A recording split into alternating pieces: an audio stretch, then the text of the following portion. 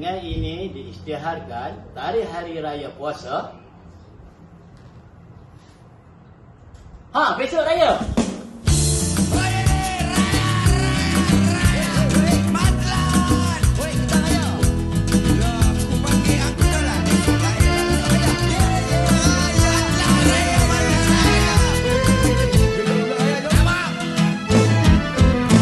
Hari raya semua bagai nak gila. Bila puasa buat-buatlah lupa berpakaian. Semua harus sepadan, tapi puasa tak cukup sebulan. Berpuasa rukun Islam ketiga, wajib kita untuk menunaikannya. Tidak kira usia tua dan muda, miskin dan kaya semua serupa.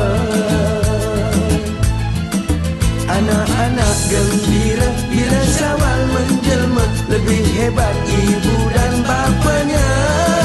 Berhabis tak berkira, asal nampak bergairah, walau hutangnya panjang berjela. Habis raya semua mula bekerja, poket kosong baru ingat nak puasa.